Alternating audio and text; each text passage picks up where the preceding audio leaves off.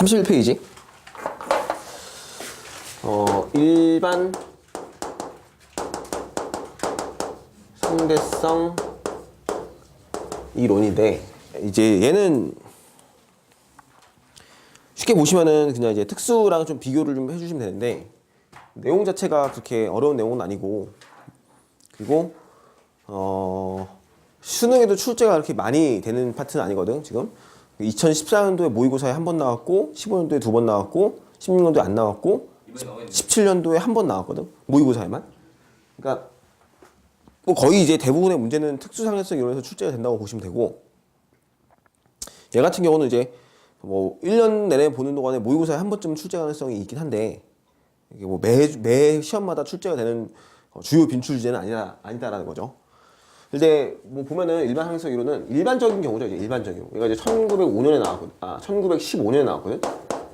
1905년에 특수가 발표가 됐고 1915년에 이제 일반이 발표가 된 건데, 그 특수라는 거는 이제 특수한 경우였죠. 관성계에서만, 정지 등속 상태에서만 됐는데, 얘는 이제 모든 그 비관성계, 가속계를 포함하는 가속계에서 설명이 되는 내용이다. 그리고 우리가 이제 가속계에 대한 얘기를 저번 시간에도 얘기를 했었지만, 가속계 상황이잖아. 여기 이제 예를 들어서 버스가 하나 있고, 버스에 손잡이가 하나 있고, 버스가 오른쪽으로 가속이 되는데, 버스 고리가 내부 관측자가 하나 있어. P가 있고, 이제 외부의 관측자가 Q가 있다고 합시다. 이렇게 버스 손잡이를 관측하는 데 있어서 버스 손잡이의 질량을 스몰 m이라고 정의를 한다면은, 이게 이렇게 이제 버스 손잡이 뒤로 기울어지거든. 오른쪽으로 가속되니까 가속되는 결과에 의해서 버스 손잡이 뒤로 기울어져 있어. 근데 이게 이제 얘는 관성계죠. 지금 Q는 정지에 있는 관성계고, 얘는 이제 가속되는 계 안에 있으니까 가속계의 상황인데, 관성계에 있는 Q의 입장에서는 저 버스 손잡이가 R자 힘이 있는 것처럼 보이죠. MA라는 크기를 가진 R자 힘이 있는 것처럼 보여야 돼. 그러니까 이제 버스가 A로 가속되니까 손잡이도 일체 운동에서 A로 가속되고, 질량이 M이니까 이 손잡이에 작용하는 R자 힘은 MA다. 이렇게 설명하면 되는데, 문제는 이 가속계 속에 있는 P가 보았을 때는 손잡이가 정지해 있죠. 아니 나도 가속도가 A고 저놈의 손잡이도 가속도 A니까 상대 가속도가 0이니까 그냥 정지한 것처럼 보여. 그래서 가속계 상황에서는 R자 힘이 0인 것처럼 관측이 되거든 지금. 그러니까 이제 관성계와 가속계 사이에서는 F는 MA라는 운동 법칙이 설명이 안 된다. 그래서 요걸 이제 이걸 설명하기 위해서 뭘 도입하냐? 가속계에다가 플러스 뭘 도입하냐면 관성력이라는 가상의 힘을 도입한다 그랬죠. 관성력. 이제 FI라고 쓰고, 얘는 마이너스 MA라고 했어. 가속되는 방향에 반대 방향으로 작용하는 가상의 힘이라고 이제 관성력을 정의하는데, 얘가 가속대에서 R자 힘이 0인 이유는 관성계에서 봤을 때의 R자 힘 MA에다가 가속계 내에서는 추가적으로 관성력이라는 힘을 가상으로 받아. A로 오른쪽으로 가속되니까 관성력은 마이너스 A가 받아지는 거야. 그래서 얘가 FI라고 하는 마이너스 MA의 관성력을 추가로 받아서, 그래서 얘가 이제 느껴지기는 R자 힘이 0이다. 이렇게 설명을 하면은, 밖에서는 관성계에서는 가속계가 아니기 때문에 관성력을 느낄 수가 없고, 그냥 얘가 보는 그대로 MA가 맞는 거고, 가속계 내에서는 MA도 있고 마이너스 MA도 같이 적용되니까 R자 힘이 0으로 관측이 되고, 그래서 각각의 계에서 운동 법칙의 설명이 좀 맞더라. 근데 다만 이 관성력이라는 이 개념이 좀 찜찜한 개념이죠. 이제 실제로 작용하는 힘도 아니고 단순하게 가속계에서 운동 법칙을 설명하기 위해서 도입하는 개념이기 때문에, 얘가 이제 좀 정확한 정체가 이제 확정이 돼 있는 상태가 아니기 때문에 조금 애매하다. 얘는 뭐지 그런 생각들이 많았거든. 아인슈타인도 마찬가지였죠. 관성력이라는 개념이 조금 정상적인 그 운동 법칙, 역학 체계에서는 좀 맞는 개념은 좀 아니란 말이야. 그래서 이제 이거에 대해서 고민을 좀 하는데, 그렇다고 관성력이 작용을 안 할 수는 없다는 거죠. 관성력이 작용 안 하면은 이게 안 맞아 버리고, 실제로 관성력이라고 이제 힘을 붙여버린 이유가 뭐냐면, 이 손잡이가 뒤로 기울어진 이유는 마치 그냥 누군가 힘을 줘가지고 반대 방향으로 민 것처럼 나타나는 효과가 나기 때문에 이렇게 설명을 하는 것이고, 실제로 우리가 이거를 관측을 해봐도 이런 결과를 얻을 수가 있는데, 대표적으로 이제 저울의 눈금이죠. 저울의 눈금. 이렇게 저울이 있는데, 이 사람이 여기 올라가 있고, 이 사람의 질량을 60kg이라고 합시다. 60kg짜리 사람이 저울 위에 올라가 있어요, 지금. 그럼 얘는 분명히 아래쪽으로 중력을 얼마를 받을 거냐면 600N을 받을 것이고, 그에 반대 방향으로 수직 항력을 600N을 받을 것인데, 그래서 R자는 0이죠, 정지. 그러면 실질적으로 저울의 눈금에 찍히는 이 값은 얼마가 나오냐면 얘도 600이 나오죠. 왜 그래야 돼? 얘가 이제 작용 반작용 관계죠. 지금 저울이 사람을 600으로 미니까 수직항력. 사람도 저울을 600으로 밀어낸다. 그래서 이게 저울의 눈금이 600N이 나온다라고 이렇게 확인을 하면 되는데 가만히 정지해 있는 경우죠. 이건 이제 뭐 전혀 문제가 없어. 관성계니까. 근데 만약에 이 저울이 엘리베이터 안에서 가속된다고 합시다. 얘가 이제 저울이 엘리베이터 안에 들어있고 얘가 위쪽으로 A라는 가속도를 가지고 가속된다고 합시다. 예를 들어 A의 가속도 크기를 2m/s 제곱이라고 한다면 이제는 가속계가 되니까 상황이 달라질 건데 외부에서 관측했을 때 우리 입장이죠. 우리 입장에서 관측을 했을 때 가속도가 2고 질량이 60이니까 R자임이 얼마야? 사람에게 작용하는 R자임이 얼마나 나와야 돼? 위쪽으로 120이 나오죠. 그죠? 위쪽으로 120이 나와. 그럼 분명히 중력은 얼마였죠 아까? 600N인데 중력이 600이 작용함에도 불구하고 좀 아래쪽 쓸게요. 밖에서 봤을 때네. 중력이 600N으로 작용함에도 불구하고 R자 힘이 위쪽 방향으로 120N이 나온다는 얘기는 위쪽으로 얼마 가야 돼? 720이 가야 되고 그게 바로 저울의 눈금이 되겠죠. 사람이 저울을 미는 힘도 720. 저울이 사람을 미는 힘도 720. 이렇게 된단 말이야. 그러니까 저울의 눈금 뭐했어? 증가했죠. 저울의 눈금이 720으로 찍히는 거야 이제부터. 그래요? 그리고 이제 이 상황을 내부 관측자인 예를 들어 여기 이제 한 사람이 더 있는데 이 내부 관측자 저울 바깥에 한 사람이 더 있는데 얘가 봤을 때 R자임이 0이거든. 근데 밖에서 봤을 때 R자임 120이래. 그럼 이제 얘가 봤을 때 이 녹색 이 엘리베이터 내부 관측자의 입장에서는 어떻게 되거니? 이 현상이 어떻게 바뀌어야 돼? 저울의 눈금은 720이 나와 안 나와?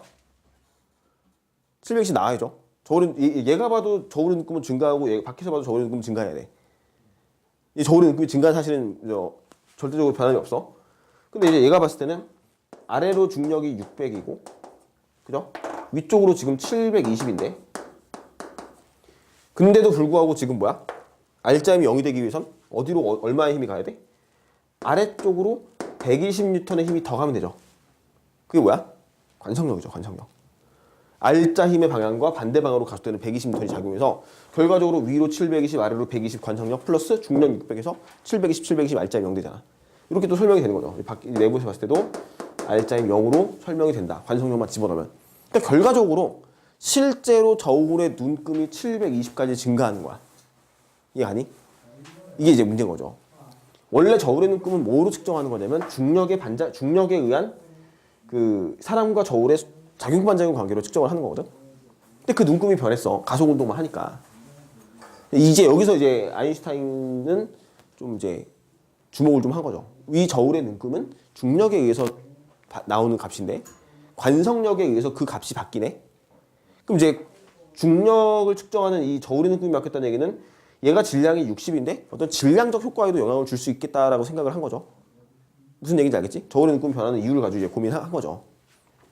그래서 이제 계속 하다가 이런 사고 실험을 해요. 이제 어떤 사고 실험을 하냐면 이게 잘 하면은 사람이 중력이 작용하는 효과와 이 관성력에 의해서 얻어지는 효과가 서로 구분할 수 없는 상황이 발생하겠다.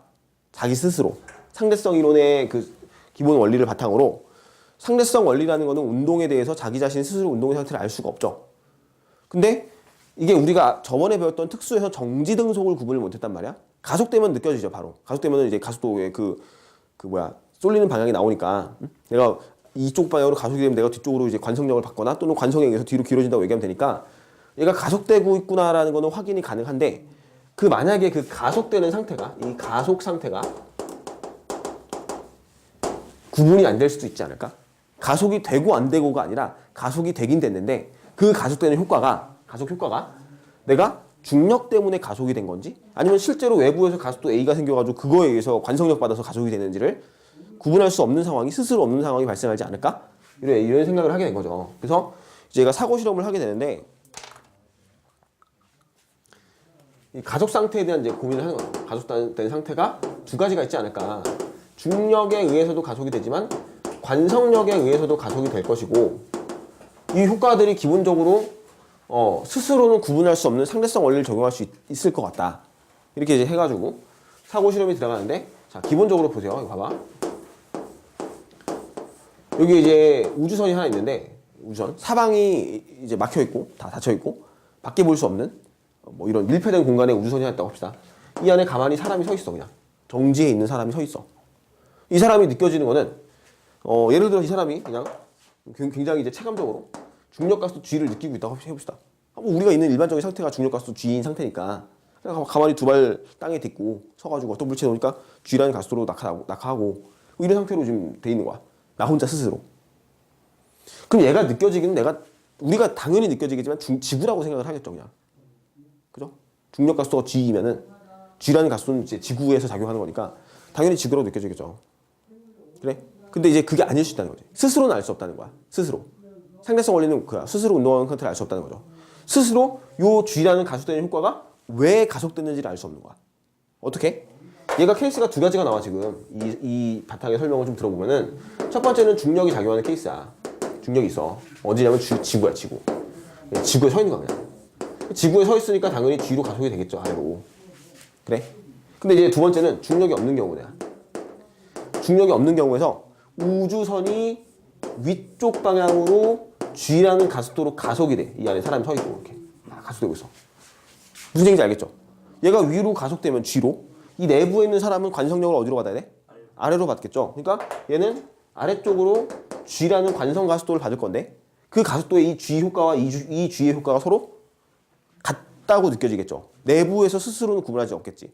아니 외부에서 봐가지고 아 제가 지구에 있구나, 내가 우주에 있구나 이렇게 구분하는 게 아니라 자기 내부 스스로에서의 가속도 G의 그 방향과 크기는 얘네들이 절대 구분 못하죠. 중력이 있는지 없는지를. 이렇게 사고 실험이 들어가는 거죠. 그래? 그래서 이제 봐, 여기 중력 작용하죠. 여기는 관성력이라는 힘이 있어 없어서? 관성력이 없죠. 여기는 관성력이 있어 없어? 관성력이라고 하는 힘이 있죠. 여기는. 그러니까 중력이 작용할 때와 관성력이 작용할 때는 우리가 구분할 수 없다. 이렇게 정의가 되죠. 또 하나, 이런 것도 생각을 해볼 수가 있겠지. 만약에 사람이 우주선에 타 있는데 이제 이 우주선이 사람이 지금 공중에 떠 있어요. 그냥 마치 중력이 없는 것처럼 무중력 상태인 거야. 우주 공간에 나가면 무중력 상태가 되니까 중력이 없으니까 하면서 막 떠다닐 거 아니야. 그죠? 그럼 얘가 이제 느껴지는 건 중력이 없구나, 가속도가 없구나, G가 없구나, 아 여기는 우주구나 라고 느껴질 수 있겠지만 그게 또 상태가 두 가지로 서술이 된다고. 여기서 마찬가지로 중력이 있을 때와 중력이 없을 때로 구분을 할 수 있어. 중력이 있을 때 어떻게 있으냐? 그죠? 자유낙하죠. 그냥 지구인데, 여기 지구인데 이 우주선이 지구에서 자유낙하 중이야. 지구에서 자유낙하 중이면 생각해봐. 지구에서 자유낙하 중이면 사람은 느끼는 중력이 없죠. 이른바 무중력 상태라고 하는데 실제로는 무중력, 중력이 없는 게 아니라 중력만 작용하는 상태죠. 자유낙하 상태는. 왜냐면 사람이 떨어질 때 작용하는 R자임이 얼마야? mg잖아, mg. 그죠? R자 힘이 mg 아니야 지금? 얘를 가속시키는 효과가 mg고 사람의 R자 힘도 mg죠. 그럼 관성력은 가속되는 방향의 반대 방향인데 위로 얼마 가야 돼? 위쪽으로. 마이너스 mg만큼 가겠죠. 이게 관성 가속도가 관성력이잖아. 그래? 그럼 결과적으로 mg 해가지고 어떻게 돼? R자 힘이 내부에서 봤을 때 0인 것처럼 보일 거고 외부에서는 이 힘이 없으니까 mg로 보일 거고. 그럼 자, 봐봐. 작용하는 힘이 mg인데 R자 힘도 mg고 관성력 mg 받아가지고 얘는 바닥이 나를 밀 수 있어 없어? 수직항력이 있어 없어? 없죠. 수직항력 없죠. 여기서는. 수직항력이 없는 거야. 여기서는. 수직항력이라는 힘이 작용을 할 수가 없죠. R자 힘이 mg인데 외부 중력도 mg니까. 그래? 수직항력이 없으니까 바닥을 밀 수 없으니까 내가 떠 있는 거야 그냥. 그죠? 그럼 얘는 이제 지금 구분 안 되죠. 여기는 관성력이 작용하고 있다. 여기는 관성력이 작용하고 있어 지금. 되죠? 근데 그냥 중력 없는 경우는 뭐야? 그냥 우주야, 우주. 우주에 떠 있어. 여기는 우주. 우주에서는 중력이 없죠. 그냥 무중력 상태죠 그냥. 관성력 있어 없어? 관성력도 없죠. 자, 구분돼 안 돼? 이 둘을? 구분 안 되죠. 중력이 작용하고 관성력이 작용하지 않는 경우와 관성력이 작용하고 중력이 작용하지 않는 경우는 구분할 수 없다. 둘 중 하나만 작용할 때는 구분 안 된다. 둘 다 작용하거나 둘 다 없어도 구분이 안 된다. 둘 다 아예 없는 상태랑 이 둘이 만나가지고 합쳐져가지고 상쇄되는 효과랑 완전히 똑같은 얘기죠. 구분이 안 된다. 둘 다. 이게 이제 그 아인슈타인의 일반 상수연의 사고 실험이죠. 원철아. 됐어? 됐죠? 결국 요 가속되는 상태지. 가속되는 상태 효과. 가속되는 효과가 중력에 의해서도 관성력에 의해서는 서로 같다라는 결론이 내려지는 거죠. 구분할 수 없다. 서로 같다. 이걸 이제 뭐라고 하냐면 일반 상대성 이론의 등가 원리라 그래. 중력과 관성력이 서로 같다. 등가 같다는 거야. 그죠? 그러니까 일반 상대성 이론은 등가 원리라는 이론 하나만 있으면 되겠냐. 등가 원리. 중력과 관성력이 서로 같다. 등가 원리라고 하고 중력은 우리가 여태까지 만율력으로 설명을 했단 말이야. 지구 뭐 질량끼리 잡아당기는 인력으로 설명을 했는데 그거는 중력이 설명이 되죠. 완벽하게. 뭐 이게 중력이 만율력이 틀다는 얘기가 아니고 설명이 완벽하게 되는데 다만 관성력은 설명이 그걸로 안 되니까. 그죠? 등가 원리라면 분명히 중력과 관성력이 서로 같은 거니까 같은 설명으로 설명이 돼야 되는데 만율력은 설명이 되지만 관성력은 설명이 또 안 돼. 그래서 이제 새로운 뭔가의 어떤 이론이 또 필요하다. 중력과 관성력을 한 번에 같이 엮어서 설명할 수 있는 이론이 필요하다고 한 거고 그걸 이제 설명하는 게 일반 상대성 이론이야. 등가 원리에 의해서 결국에는 이제 어떻게 아인슈타인이 결론을 내리냐면은 중력이든 관성력이든 둘 다 같은 효과, 즉 시공간의 휘어짐을 만들어주잖아. 이렇게 설명하죠. 이제 뭐 여기서 조금 또 갑자기 뜬금없는 얘기가 될 수가 있는데 중력이 작용하면은 시간과 공간이 휘어진다. 관성력이 작용해도 시간과 공간이 휘어진다라는 공통된 설명으로 얘기를 하는 거야. 그래서 시공간이 휘어진다는 느낌은 뭐냐면 그 말 그대로 시간이 휘어지고 공간이 휘어지는 거야. 그래? 시간도 휘어지고 공간도 휘어지고. 휘어진다는 개념을 좀 받아들여야 돼. 시간이 휘어진다. 시간이 휘어진다는 얘기는 느려진다는 뜻이고 시간이 느려진다. 시간 지연이라고 해. 중력에 의한 시간 팽창 또는 시간 지연이라고 얘기하는데 시간이 느려진다는 개념이고 공간이 휘어진다는 것도 마찬가지로 공간은 이제 어떤 중력적 작용에 의해서 가속되는 효과 있죠. 그런 효과들이 이제 공간의 휘어짐으로 표시가 되는 거, 설명이 되는 거고. 무슨 얘기인지 알겠니? 여기 이제 31페이지에 있으면은 지금 방금 설명했던 공의 그 낙하의 원인이 되는 힘 있잖아. 거기 나와 있는 거 있죠. 로켓 안에 관찰자와 로켓 밖에 관찰자는 뭐 이렇게 각각 중력으로 설명이 되는데 이렇게 로켓이 만약에 가속 운동을 하게 되는 경우면은 밖에서나 안에서에 따라서 그 원인을 찾을 수가 없다. 그런 얘기고. 넘어가 보시면은 그 32페이지에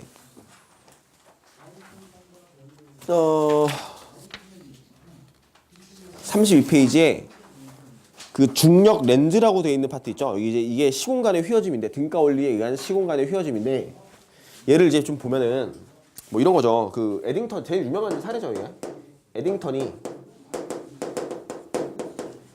계기일식을 관측을 하죠. 계기일식. 에딩턴 계기일식이라고 쓰면 좀 이상하나?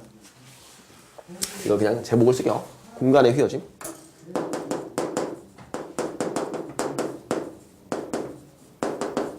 공간의 휘어짐인데 그러니까 예를 들어 이런 거야. 그냥 뭐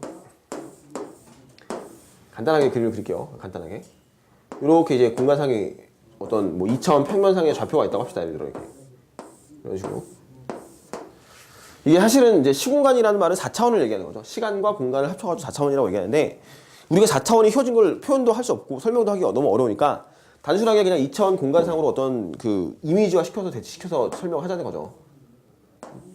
2차원 공간상이 하나 있는데 2차원 공간만 휘어진 걸 보여줄 거야.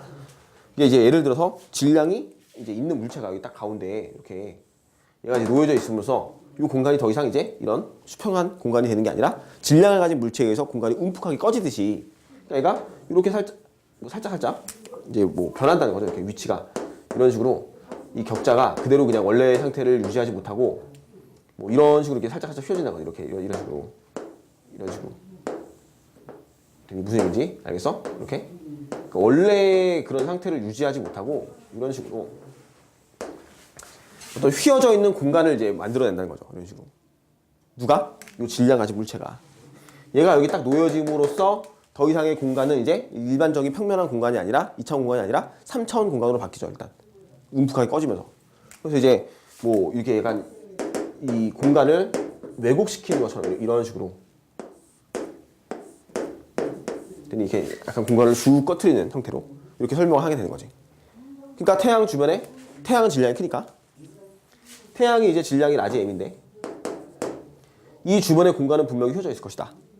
그러면 예를 들어 이제 지구가 여기 왔을 때 좀 크게 할게요. 라지 m인데 지구가 여기서부터 쭉 돌아서 공전을 하죠. 여기까지 이렇게. 그래. 그리고 이제 태양과 지구가 일직선상에 놓여져 있을 때 이렇게 여기에 어떤 별 하나를 관측하는 거야. 별 P라는 별을 하나 관측했다 합시다. 그죠? 지구가 6개월 전에, 그러니까 지금 시점으로부터 6개월 전에 여기 위치에 있을 때 이 별과 태양과 지구와 그 별이 일직선상을 놓여져 있는 상태에서 이 별을 관측하는 거 하나. 뭐 그때는 뭐 별을 전체를 하늘을 관측한 건데 이 별 하나를 보고 나서 6개월 뒤에 다시 이 위치로 오게 되면 저 별을 볼 수 있어 없어? 없죠. 왜 없어야 돼? 일단 태양이 가리고 있으니까. 그리고 뭐 낮이니까. 근데 이제 얘가 만약에 달이 여기 들어와가지고 이걸 딱 가려버려. 태양을 가려버리면 밤이 되죠. 그냥 어두워지죠. 그러면 이제 별을 관측할 수 있는 상황이 생기고 근데 그럼에도 불구하고 저 별은 보여 안 보여? 안 보이겠죠. 태양이 가리고 있으니까. 그죠? 근데 실제로 사진을 딱 찍었을 때 태양이 가려져 있고 별이 나왔어요. 별 P가 나와. 별 P가 관측이 되는 거야. 어떻게? 태양 주변의 공간이 휘었기 때문에 여기 주변이 공간이 휘었기 때문에 별빛은 이제 실제로는 별빛 자체는 직진만 하는 건 맞죠. 빛은 직진만 하는데 공간 자체가 휘어져 있기 때문에 빛도 휘어지는 거야. 그래서 이 빛이 이렇게 와가지고 이렇게 휘었다는 거죠. 이런 식으로 태양 주변으로 오면서 이렇게밖에 설명이 안 된다. 그래서 이걸 우리가 볼 때는 여기서 온 것처럼 보인다. 왜? 우리가 보기에는 뭐 별빛이 휘어지는 걸 느낄 수가 없기 때문에 직진만 한 것처럼 보이기 때문에 우리가 봤을 때는 태양의 옆에서부터 별빛이 오는 것처럼 느껴질 것이다 라고 해서 이거를 이제 1919년에 관측을 하죠. 1919년에 에딩턴이 동아프리카까지 가가지고 요 이제 그 여름에 개길식이 일어나는 그 상황에서 미리 찍었던 사진과 그 다음에 그때 그 시점에서 사진을 찍어가지고 두 개를 대조시켜서 비교해봤더니 차이점이 생기더라. 이걸 이제 발표함으로써 일반 항성 이론의 그 명백한 증거가 됐죠. 강력한 증거가 되는 거지. 이게 태양 주변에 공간이 휘어져 있지 않다면은 이런 일은 발생할 수 없거든. 되죠? 그래서 가장 강력한 증거 중에 하나다. 공간의 휘어짐. 거기 설명이 돼 있죠. 거기 30페이지 아래쪽에 보이면 실제 위치는 B가 되겠죠. 근데 우리가 보는 위치는 A가 되겠지. 그래서 공간의 휘어짐은 중력에 의해 발생한다고 해석을 했고 공간의 휘어짐은 중력의 크기에 따라 결정이 된다. 라고 설명이 되는 거예요. 되지? 이걸 이제 한 번에 묶어가지고 공간의 휘어짐, 빛의 휘어짐이라고 얘기할 수 있겠죠? 되니? 됐죠? 자, 봐봐. 누가 휘었어? 누가 휘게 만들었어? 중력이 휘게 만들었죠. 공간의 휘어짐과 빛의 휘어짐을 만들었죠. 그러면 중력이 빛을 휘어지게 하면 뭐도 휘어지게 해야 돼? 뭐? 관성력도 휘어져야겠죠. 관성력이 작용을 해도 빛이 휘어져야겠죠. 중력과 관성력은 서로 같은 개념이니까. 대표적인 설명이 이거야. 이 우주선이 빛을 여기서 쏴. 사람이 타고 있고. 저 오른쪽 이 사람한테는 뭐 오른쪽 위에서 이렇게 빛을 쏘는 거죠. 여기서. 쏘면은 빛은 직진하지. 직진하죠. 그러니까 빛은 직진하는데 이걸 연쇄적으로 그리면 얘가 이렇게 올라가는 상태의 그 순차적인 그림을 좀 그리잖아. 이렇게. 대략.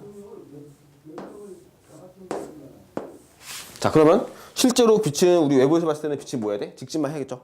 빛은 직진을 해야 돼. 이렇게. 직진을 해야 되는데 이 내부의 관측자의 입장에서 느껴지는 사람의 빛의 경로는 어떻게 되니? 처음에 출발은 여기서 했죠. 출발은 여기서 했는데 나중에 여기 왔죠. 나중에는 또 아예 완전 내려가 버리죠. 그러니까 이 내부 관측자 입장, 좀 그림을 다시 그릴게요.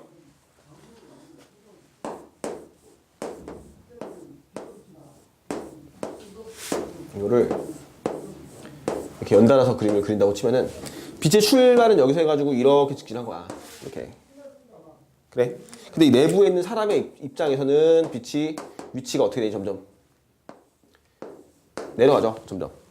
그러니까 내부 관측자 입장에서 봤을 때 빛이 어떻게 되는 거야? 경로가? 이렇게 직진하는 게 아니라 이렇게 하다 휘어지는 것처럼 보죠. 빛이. 뭐 때문에? 아래쪽으로 작용하는 게 뭐야? 이 사람 입장에서 위쪽으로 가속이 된다 치면 관성력. 아래쪽으로 관성력에 의하여 빛이 휘어지는 것처럼 보인다. 됐어? 타원아, 원철아. 되니? 빛에 의해서 공간도 휘어지고, 중력에 의해서 공간도 휘어지고, 관성력에 의해서도 공간이 휘어지더라. 빛이 휘어지더라. 마찬가지로 시간 팽창. 자, 이제 나머지 것들은 쭉쭉 읽어보면서 넘어갈게요. 시간 팽창이 뭐냐면 시간이 느려지는 거야. 중력에 의해서 시간이 느려진다. 그러면 관성력에 의해서도 뭐 해야 돼? 시간이 느려지더라. 됐죠? 중력파. 이거 중력파는 좀 중요하죠, 이거. 질량이 큰 물체가 진동을 하면서 발생하는 파동이 지구 주변, 우주 주변으로 뭐 그 공간을 따라 공간의 일그러짐의 형태로 퍼져나가는 파동의 형태로 퍼져나갈 것이다. 라고 예측을 했고, 그 예측이 지금 발견됐죠. 이제 중력파가 직접적인 관측이 됐기 때문에 중력파도 이제 일반 상수성 이론의 강력한 증거가 된다. 그다음에 수성의 세차 운동. 자, 수성의 세차 운동이 뭐냐면 그늘점이 자꾸 위치가 이동하는 운동이야. 자전축이 일정하지 않은 운동이야. 축이 자꾸 바뀌는 운동이야. 축이 틀어지는 운동인데, 수성은 태양 주변에서 태양의 중력을 너무 크게 받고 질량이 너무 작아서 이게 되게 불규칙적인 운동을 좀 하는데, 이게 뉴턴의 만율력 법칙으로 계산을 하면은 조금의 오차가 발생해. 아주 조금. 뭐 100년 동안에 한 43초 정도의 오차가 발생한다는 거야. 43초라는 거는 뭐냐면 뭐 각도 초로 얘기하는 건데 100년 동안 43초 정도의 오차가 생긴다. 근데 아인슈타인의 관점에서 보면 이 오차도 설명이 가능하고 정확하게 설명이 가능하더라. 됐죠? 그리고 블랙홀은 뭐 이제 질량이 극도로 큰 천체가 주변의 공간을 어마어마하게 왜곡을 시켜놨기 때문에 얘가 어떻게 돼? 이제 빛이 빠져나가지 못한다. 진행하면서 이제 얘는 이제 그림으로 바꾸면 이렇게 되죠. 크기는 뭐 태양보다 훨씬 작은데 야구만 한데 얘가 이제 이렇게 왜곡을 시키는 거. 이렇게 이런 식으로 여기 질량이 있고 이 공간이 전부 다 왜곡된 거죠. 이렇게 이런 식으로 어마어마하게 극도로 왜곡이 돼가지고 뭐 이제 우리가 느껴지기에는 얘는 이제 뭐 거의 이런 형태로 그림이 그려지겠죠. 이렇게 대략적으로. 그래서 여기 질량이 다 모여 있는 거야. 됐죠? 뭐 간단하게 봐주면 될 것 같아. 이런 데를 뭐 특이점이라고 하고. 질량 중심. 질량이 모여 있는 곳. 그 다음에 이 경계면을 뭐라고 하냐면 사건 지평이라고 얘기하는데, 사건의 지평선 뭐 이렇게 얘기하는데, 저기 경계로 가게 되면 시간이 어떻게 돼? 멈추죠. 느려지죠. 시간이. 중력이 너무너무 커지면서 시간이 아예 느려져 버려. 느려지다가 멈춰버려 그냥 아예. 중력이 커지면 시간도 느려진다. 뭐 이렇게 봐주면 되겠죠. 뭐 이 뒷부분 내용들을 그냥 읽어보면 충분히 이해 가능한 얘기들이니까 뭐 기본적으로 사실 여기서 문제 출제되는 거는 뭐만 나오냐면 봐봐. 요 있죠. 요 내용. 요거 두 개 구면 안 된다. 뭐 대표적으로 뭐 흐르는 물줄기 하나 있는데 여기 이제 하나는 대표적인 문제가 이런 거야. 하나는 이제 구멍을 뚫어가지고 물이 막 흘러나오고 있어 이렇게. 근데 여기 지구야. 또 하나는 물이 막 흘러나오는데 얘가 우주야. 조건이 필요하죠. 가속되고 있어 위쪽으로. 이렇게. 뭐 내부 관측자는 저 물이 이제 떨어지는 이유가 지구의 중력 때문인지 관성력 때문인지를 알 길이 없죠. 각각의 내부에서는. 그죠? 이런 것들을 물어본다고. 이 둘이 비교하는, 이거 두 개 비교하는 거 문제 제일 잘 나오고, 이런 것도 출제할 수 있죠. 이런 거 역학이랑 같이 엮어서. 그 다음에 요거 출제 제일 잘 돼. 기억해 주시면 될 것 같아요. 자, 이제 정리하고 35페이지 현대우주론 진행할게요. 자, 여기 이제 35페이지 현대우주론인데, 현대우주론은 빅뱅 우주론까지 해가지고 이거 융합과학에서도 배웠던 얘기들도 있을 텐데 이거 좀 빠르게 좀 정리할게요. 여기는 그냥 뭐 여기는 이제 뭐 거의 출제 빈도가 없다고 보시면 될 것 같아요. 거의 없다고 보시면 되는데 여기 뭐 설명은 그래도 기본 개념에 다 해야 되니까 뭐 34페이지부터 허블의 법칙부터 거기 뭐 보면은 이제 좀 빠르게만 정리할게요. 이거 간단한 점검만 하는 정도로 이제 뭐 현대 우주론이라고 여기가 돼 있죠. 현대 우주론이라고 해서 크게 이제 주요 주제를 좀 나눠주자면은 허블의 법칙을 하나 배워요. 허블의 법칙. 그다음에 빅뱅 우주론을 배우죠. 됐죠? 그 다음에 이제 세 번째가 표준 모형이라는 걸 배우거든. 표준 모형. 실제로는 뭐 시험에서는 거의 대부분이 표준 모형이 출제가 된다고 보시면 돼요. 거의 대부분 다. 표준 모형도 이제 중요해서 한 문제는 이제 반드시 나온다고 생각하시면 될 것 같아. 여기 파트에서. 이제 보시면은 이제 허블의 법칙에서 뭐 도플러 효과, 적색 편의 정도 용어 기억하시고, 여기서는 이제 도플러 효과. 빠르게 요약을 하자면 파1에서부터 빛이나 소리가 나는 파1이 관측자에게 가까워질 때는 진동수가 어떻게? 커지게. 그 다음에 멀어질 때는 진동수가 작아지게 관측되더라. 그러니까 하나만 얘기하자면 가까워지는 파1으로부터 관측자까지의 거리가 가까워질 때는 진동수가 커지고 파장이 짧아지는 형태로 관측이 되더라. 가까워질 때는.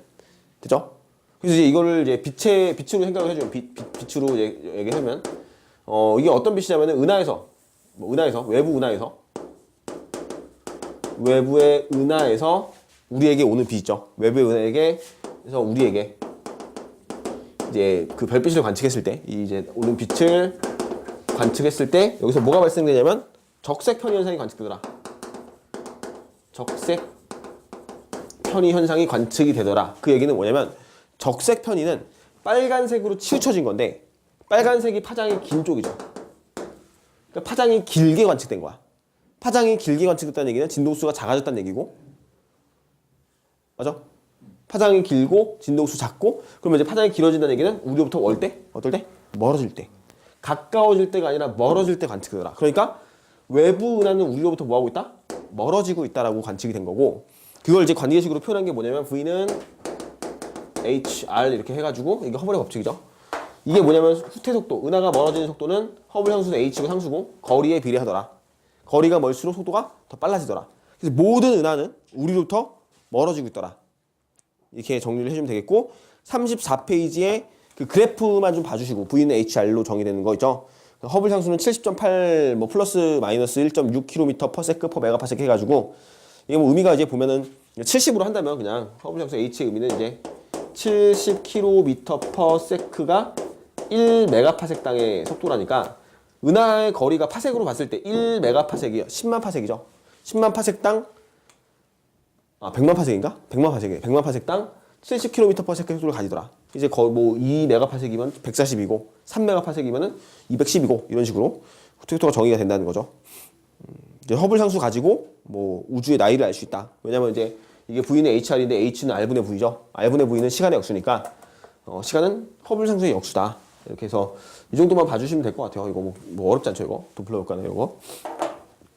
그 다음에 이제 빅뱅 우주론은 따로 빼서 얘기할게요. 빅뱅 우주론이라는 게 있죠. 빅뱅 우주론. 이제 뭐 그 앞서서 얘기하자면 35페이지에 프리드만의 우주 모형에서부터 얘기하자면 프리드만이 그 일반 상대성 이론을 이제 풀어서, 그러니까 모든 그 우주의 모든 지점이 동일한 밀도를 가지고 뭐 균일한 모든 방향으로 팽창을 한다는 어떤 이런 등방성을 가진 방정식을 적용해가지고 풀었는데, 그 풀이의 결과가 이제 이런 거죠. 프리드만의 우주론에선 시간이 지났을 때 우주의 크기가 커지다가 닫힌 우주로 가는, 이게 닫힌 우주죠. 커지다가 나중에 다시 수축된다. 두 번째는 커지다가 어느 일정한 시점에서는 그 크기를 계속해서 유지하는 평탄 우주이다. 평탄 우주, 평행 우주, 평탄 우주라고 얘기하고 평평 우주라고 얘기하고, 얘는 이제 계속해서 커지는 모델인 열린 우주로 이렇게 세 가지의 모델이 나왔더라. 시간이 지나면서 우주에서의 그 현재 시점은 뭐 한 이 정도로 우리가 지금 아직 팽창하는 단계이고, 실제 우리 우주는 평탄 우주에 가까워질 것이다. 나중에 이렇게 예측이 되죠. 평탄 우주라는 것은 임계 밀도와 우주 밀도의 크기가 같아지는 점. 임계 밀도와 우주 밀도의 크기가 서로 같아지는 지점에서 이제 이렇게 되는 거고, 이게 프리드만의 우주론인데, 이로부터 기인한 사실이 뭐냐면 초기의 크기가 전부 다 뭐였어? 초기의 크기가 전부 다 0이다. 그죠? 초기 크기는 전부 0이더라. 이렇게 설명이 되는 내용이고, 그 다음에 이제 빅뱅 우주론에서 뭐 우주에서 한 점의 모든 점에 모든 물질과 에너지가 다 응축되어 있다가 갑자기 급격한 폭발을 일으켜서 현재 우주가 구성이 되었다. 뭐 이런 식으로 이제 설명하죠. 근데 이제 그 전체적으로 시간 관계를 봤을 때는 아까 허블 상수의 역수를 취해서 우주의 나이를 구한다고 했으니까 우주의 나이가 현재 137억 년 정도로 유출하고 있거든 지금.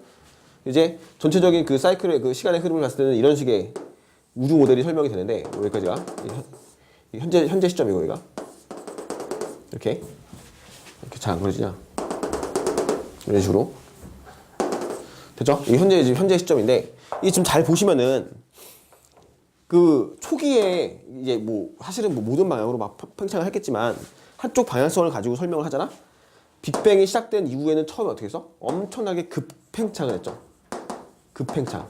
엄청나게 짧은 시간 동안 엄청나게 많은 팽창을 했고 이게 사실 되게 길어. 되게 길다가 이제 다시 이렇게 벌어지는데 이거는 감속 팽창이죠. 팽창하는 속도가 좀 느려진 거야. 얘는.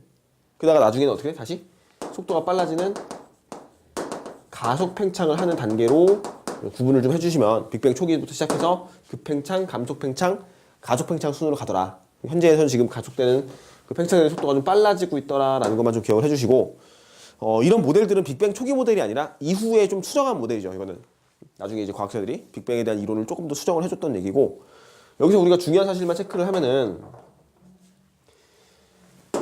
빅뱅 우주론의 증거가 두 가지가 있어요. 빅뱅 우주론의 증거. 첫 번째 증거는 우주 배경 복사. 이거부터 하자. 수소와 헬륨의 질량비. 수소와 헬륨의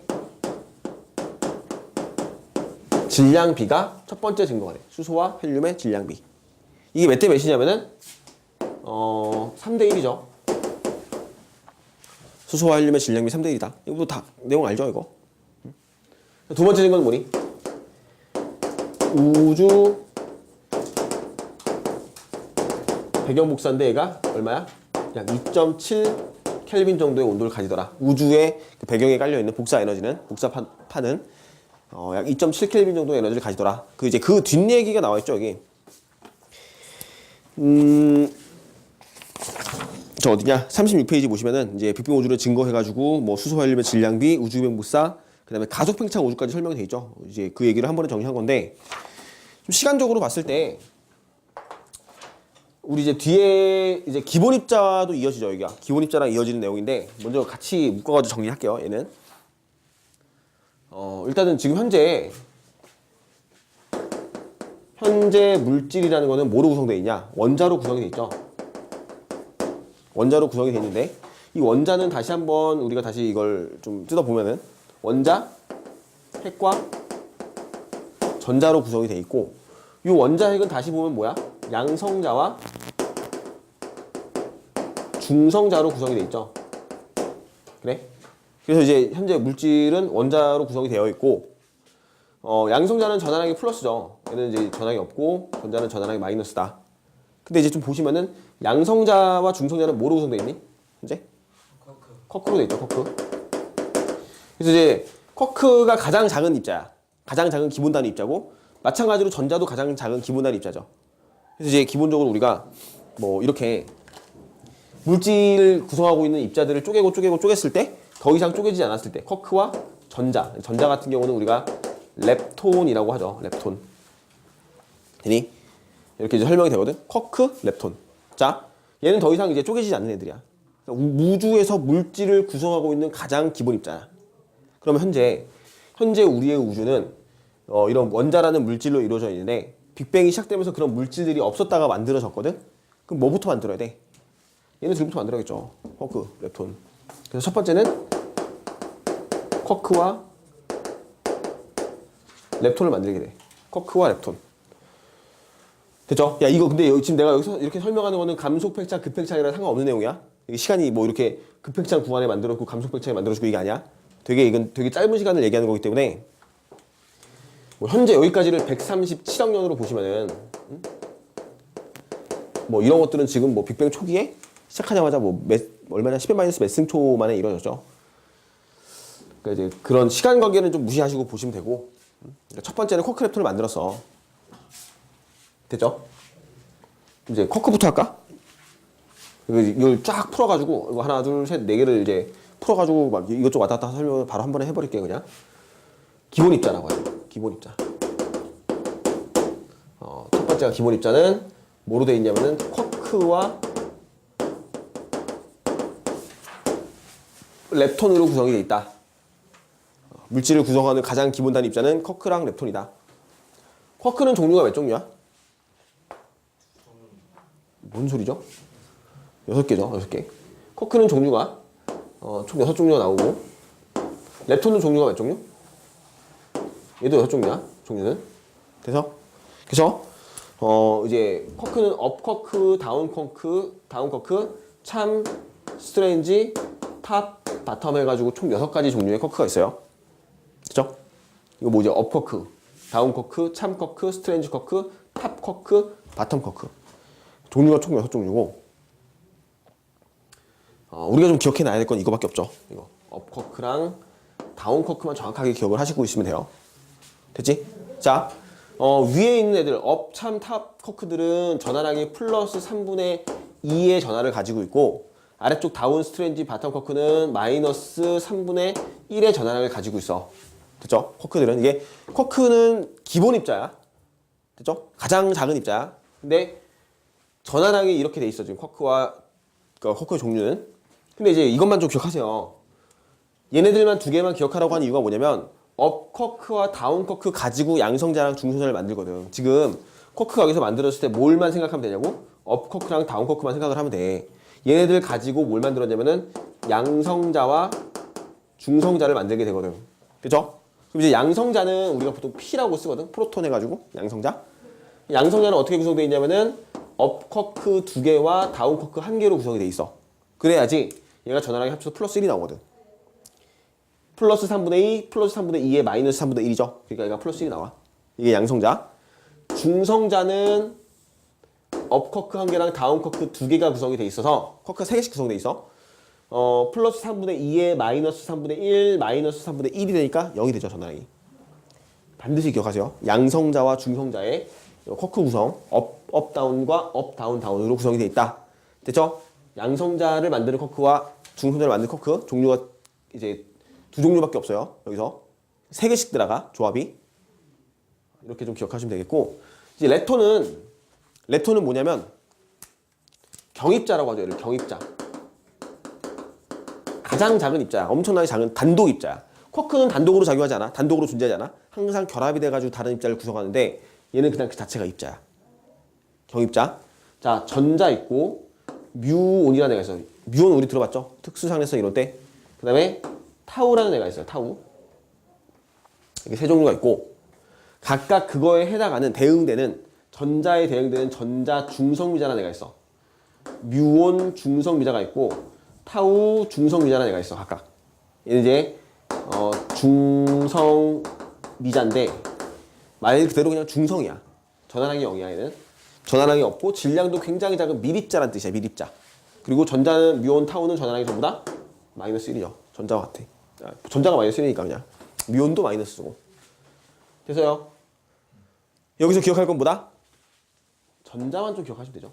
근데 전자가 나올 때 반드시 중성미자, 전자 중성미자가 같이 나온다. 이렇게 얘네들을 세트로 움직인다만 생각해주면 되겠고, 자, 그래서 처음에 만들었던 쿼크는 업 쿼크, 다운 쿼크고, 그 다음에 뭐야? 그 다음에 렙톤은 전자를 만드는 거예요. 그래서 쿼크는 업 쿼크랑 다운 쿼크고, 렙톤은 전자를 만드는 거야. 되니? 정원아.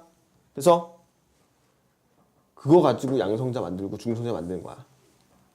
그 다음에 얘네들이 결합해서 뭐 만들어? 원자핵 만들죠. 원자핵 만들고 그거 가지고 뭐 만들어? 전자랑 결합을 해서 이제 여기서 원자가 만들어지죠. 그래? 근데 이제 사실 이게 지금 이 시간 순서가 이게 137정도 써놨는데, 이 원자 만들어지는 이 시점이 언제냐면은 언제야? 3초? 아니죠. 먼저 여기 써있잖아. 거기 책에 뭐라고 써있어. 그 뒤에 봐봐. 이건 이 정도 수치는 좀 외워주면 좋을 텐데. 원자 만드는 시기 언제야? 38만 년이 걸렸어. 여기서 원자까지 가는데. 그 전에가 몇 초야? 3분. 그 전에 원자 핵 만들 때 3분 걸렸고, 원자 핵으로부터 전자 결합해가지고 원자 만들어진 데 그때까지 시간이 38만 년이 걸렸어. 그래서 뭐 이제 현재 시간은 137천 년인데, 이런 식으로 순서가 오는데, 자 보세요. 이거 중요한 거 첫 번째, 수소와 헬륨의 질량비 3대1이 어떻게 나온 거냐면, 빅뱅은 이때 물질을 만들었어. 원자를 만들고 더 이상 물질을 안 만들어. 이때 원자까지 딱 만들어내고 그 다음부터는 물질을 안 만들어내거든. 근데 얘가 수소와 헬륨의 질량비가 3대1이라는 거는 이때 만들었던 원자의 그 질량비가 3대1이라는 뜻이거든. 그러면 이때 양성자와 중성자의 개수를 좀 잘 보시면은, 중성자보다 양성자가 더 많거든, 개수가. 이게 몇 대 몇의 비냐면은 약 7대1의 비를 가져. 양성자 7개 대 중성자가 1개 정도의 비를 가지게끔 이제 결합이 된 거야. 쿼크들이 결합하면서.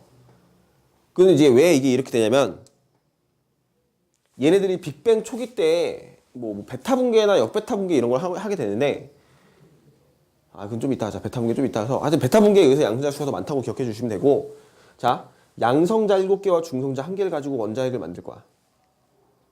근데 양성자 1개 자체가 일단,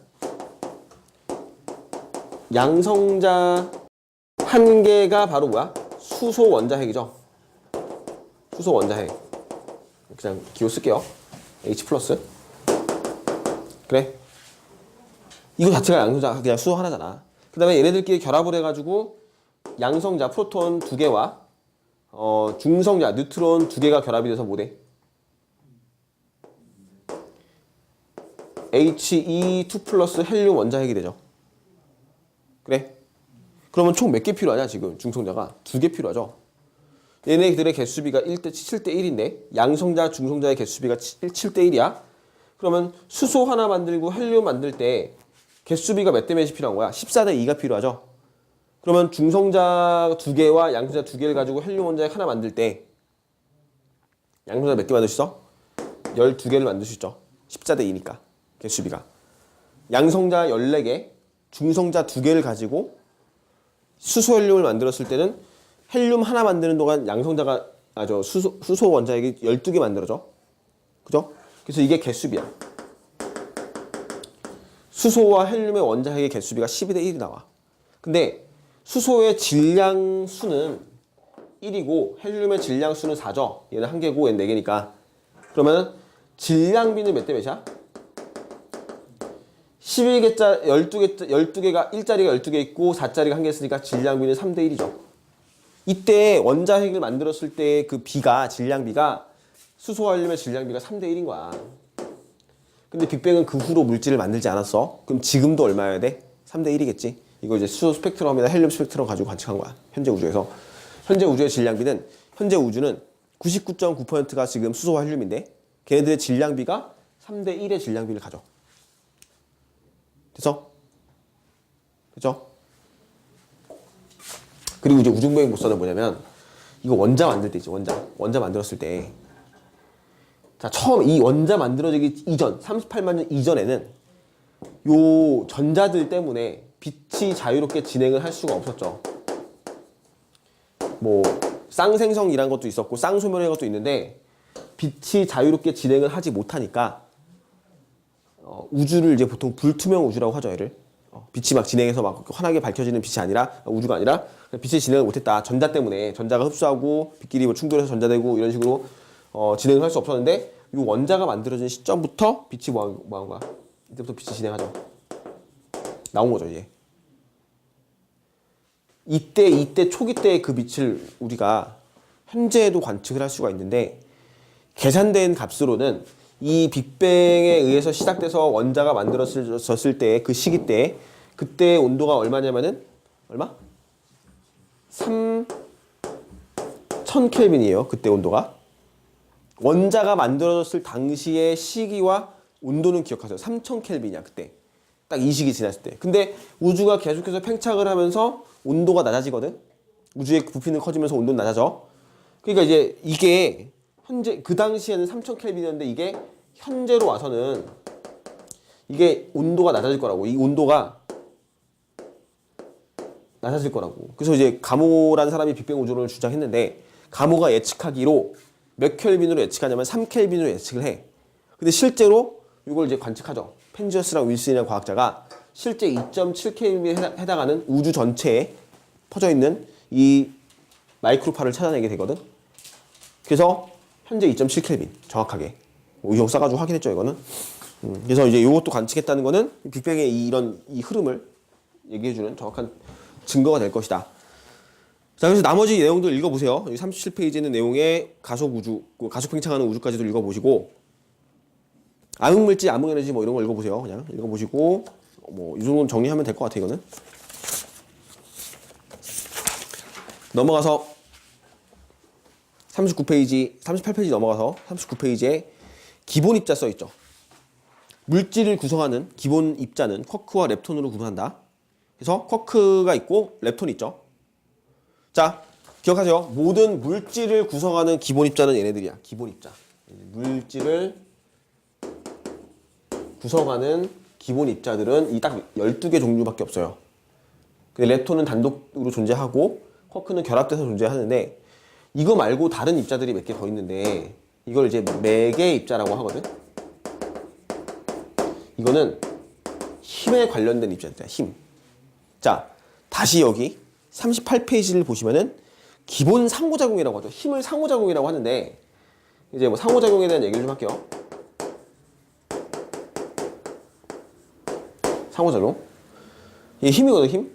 우리 우주에는, 자연계에는 4가지 힘이 있다. 그래서 이 힘들이 빅뱅이 시작되고 나서부터는 쭉 가면서 시간이 지나면서 힘들이 분리되었다라고 설명을 하게 돼. 기존에는 그 힘이라는 게 하나였는데. 그래서 어떤 식으로 얘기를 하냐면, 지금 현재 자연계에 존재하는 4가지 힘은 전자기력, 그 다음에 약한 행력,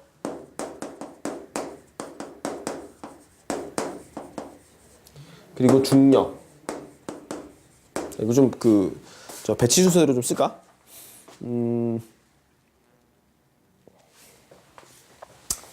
배치 순서대로 좀 쓰자.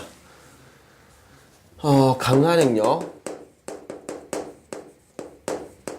그 다음에 뭐 있어? 중력. 자연계에는 이렇게 4가지 종류의 상호작용밖에 없다는 거야. 모든 힘이라는 거는 딱 4종류밖에 없어. 전자기력, 뭐 전기자기의 그 힘이죠. 플러스 마이너스 N과 S군. 약한 행력이라는 건 뭐냐면 약한 상호작용이라 그래. 약하다의 기준은 전자기력 기준으로 약하다는 거야. 그래서 강한 상호작용은 강한 행력이라고 하는데, 행력이라고 하는 이유는 핵에서 작용하니까 그런 거야. 전자기력보다 강한 거야, 얘는.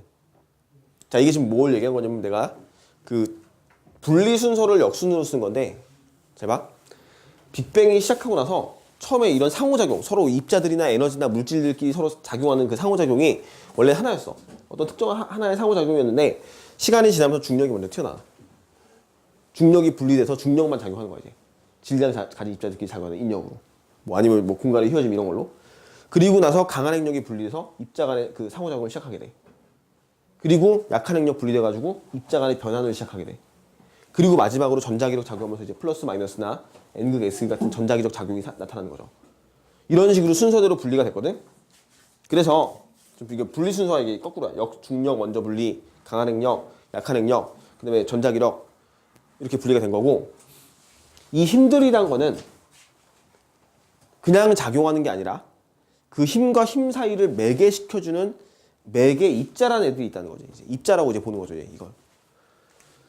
그래서 예를 들어 이 전자기력이 작용하려면 그 중간 단계에 매개 입자가 필요하다. 그 매개 입자를 뭐라고 하냐면은 광자라고 하거든. 빛 입자죠. 빛이 매개 입자 역할을 한다는 거야. 빛 입자.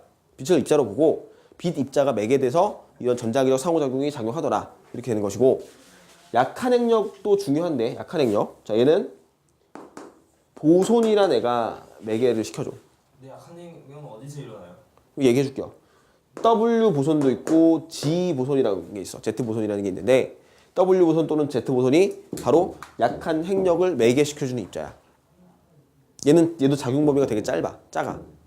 근데 이제 약한 행력이 뭐냐라면은 제일 많이 나와. 제일 중요하다. 얘는 베타 붕괴를 매개시켜주는 힘이야. 베타 붕괴. 베타 붕괴 뭔지 알아 혹시? 알파 붕괴가 아니에요. 그러니까 알파 분계 말고 베타 분계 뭐야? 베타선 나오는 거. 베타선이 뭐야? 그러니까 베타 입자가 뭐야? 전자죠, 전자. 이 베타 분계야. 전자가 나오는 거야. 얘 뭐냐면 중성자 한 개가 양성자로 바뀌어. 그래서 중성자 한 개가 스스로 붕괴해서 양성자로 바뀌는 거야. 근데 중성자는 전하량이 0이거든. 질량수가 1이야. 그래?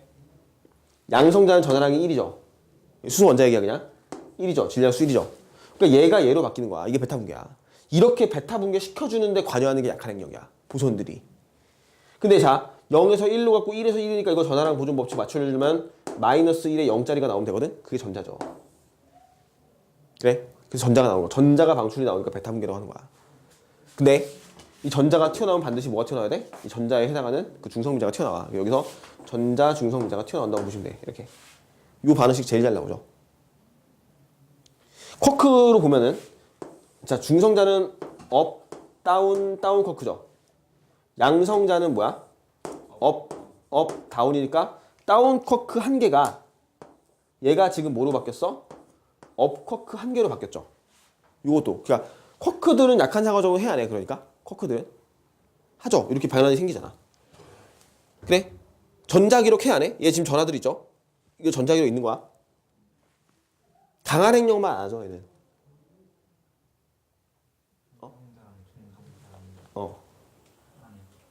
강한 상호작용은 이제 그러니까 자, 이렇게 얘기할게. 자. 그 얘네들은 지금 약한 상호작용이죠. 약한 행력으로 관여하면은 쿼크들이 지금 이렇게 전하적 변화도 생기고 입자의 변환이 생기는 걸 약한 행력이라고 얘기하는 거야. 일단. 그리고 뭐 얘기하려고 했더라? 요거를 이제 기억하시고 약한 행력은 그 매개 입자가 보손이라는 거, W 보손, G 보손이라는 거 기억하시고, 그죠? 이게 이제 전자라는 거 기억하시고, 베타 입자가 전자가 방출이 나온다 이렇게 이제 생각해 주면 되는데, 그 입자 상호작용은 좀 이따 얘기할게요. 이거 일단 약한 행력 이렇게 정리해 놓고 일단. 그래서 약한 행력은 이렇게 정리를 해 놓고 입자 간의 상호작용은 좀 이따 얘기할게요. 강한 행력은 뭐냐면 입자와 입자 사이를 묶어주는 거야. 근데 이제 뭘 묶어주냐면 쿼크를 묶어줘. 쿼크. 그러니까 이제 뭐냐면 분명히 여기서 업쿼크와 업쿼크는 서로 뭐해? 플러스가 밀쳐지겠죠. 근데 그거를 이렇게 서로 밀어냄에도 불구하고 딱 붙들어주게 만들어주는 역할을 강한 행력이라는 힘으로 하는 거고, 그걸 매개시켜주는 입자가 글루온이라는 입자죠. 글루온. 그래서 글루온. 그 다음에 여기까지 정리해 놓으면은 이제 기본 상호작용에 대한 매개 입자를 정리했고, 광자, 보손, 글루온. 그 다음에 이제 중력이 제일 먼저 분리가 됐다 그랬지. 중력도 매개 입자가 있을 거라고 생각을 하는데 중력은 아직 매개 입자를 발견하지 못했죠. 얘는 이제 중력자라고 하는데, 중력자라고 하는 매개 입자가 들어갈 건데 그 중력자는 아직 발견되지 않았다. 그래서 이게 어떤 순서로 가는 거냐면, 처음에 전자기력이라는 힘을 원래는 전기력과 자기력이 따로따로 분리돼 있었지. 이거 합친 거잖아. 전자기력이라는 힘을 하나로 묶어버렸고, 그 다음에 그걸 약한 행력과 다시 묶어버렸어. 현재 우리가 이제 좀 이론이 좀 발달해가지고 처음엔 전자기력이랑 행력이랑 따로따로 구분한 건데, 이제 이걸 하나의 이론으로 설명하기 시작한 거야. 거기다 더 나아가서 강한 행력까지도 하나의 이론으로 설명하게 돼. 그 하나의 이론이라는 게 뭐냐면 지금 내가 설명한 기본 입자, 매개 입자야. 이걸 합쳐서 뭐라 그러냐면 표준 모형이라고 하죠. 표준 모형, 스탠다드 모델이라고 하는 건데, 그 힘이나 물질들을 전부 다 입자 관점에서 설명하는 거야. 입자로. 그래서 이게 중력을 제외하죠. 얘는 중력을 제외한 나머지 모든 전자기력과 약한 행력과 강한 행력과 입자들, 물질들을 전부 다 이 표준 모형의 틀 안에서 설명이 가능하다. 중력자만 발견하면 만약에 중력자는 그 입자가 있을 거라고 예측을 하고 있는데, 얘까지도 설명을 하게 되면 이제 모든 걸 다 입자로 설명하는 거죠. 이제 다 설명이 된다. 이렇게 좀 기억을 해주시면 되겠고, 그죠? 이 베타 분계는 정확하게 좀 잘 기억을 해주시고, 그 다음에 저번 시간에 특수상수성 이론할 때 광자랑 글루온은 정지질량 0이라는 거 얘기하지 않았냐? 거기 이제 그 표에 보시면은 39페이지의 매개입자 표에 보시면은 그 전자기록의 매개입자 광자가 정지질량이 0이야. 그 다음에 강한행력도 정지질량이 0이죠. 근루온도. 그리고 중력도 0인데 중력자는 아직 발견이 안 됐기 때문에 뭐 의미가 없는 거고. 뭐 이렇게 해서 표준 모형은 렙톤과 커크에 작용하는 전자기력, 강력, 양력의 세 가지 힘에 대한 통합적인 이론이다라고 돼 있죠. 중력을 제외하고 이제 그게 그 표준 모형이라는 내용이고 거기 보시면 쿼크 있잖아. 이제 쿼크 이제 상호작용으로 갈게요. 쿼크는 전하가 있죠. 그래? 그 다음에 약한 행력에 의해서 변화되죠. 질량이 있으니까 중력 작용하겠죠. 강한 행력도 매개시키죠. 매개되죠. 얘는 쿼크는 네 가지 힘을 다하는 거야. 그래서 쿼크는 강력과 양력과 전자기력과 중력을 네 가지 힘을 다하고 다만 렙톤은 강력을 안 하지. 얘는 쿼크, 그러니까 강력은 쿼크 내에서 작용하는 거야. 쿼크 내에서. 그러니까 쿼크 내에 미안. 핵 내에서. 양성자나 중성자의 핵자 내에서 작용하는 게 강한 행력이거든. 그러니까 렙톤들은 강한 행력을 할 수가 없는 거지. 대신에 얘네들은 전자기력 작용하죠. 예. 다만 또 중성미자는 전자기력 작용 안 하죠. 얘는 중성미자 전하는 0이니까 전자기력 없어. 약한 행력 하죠.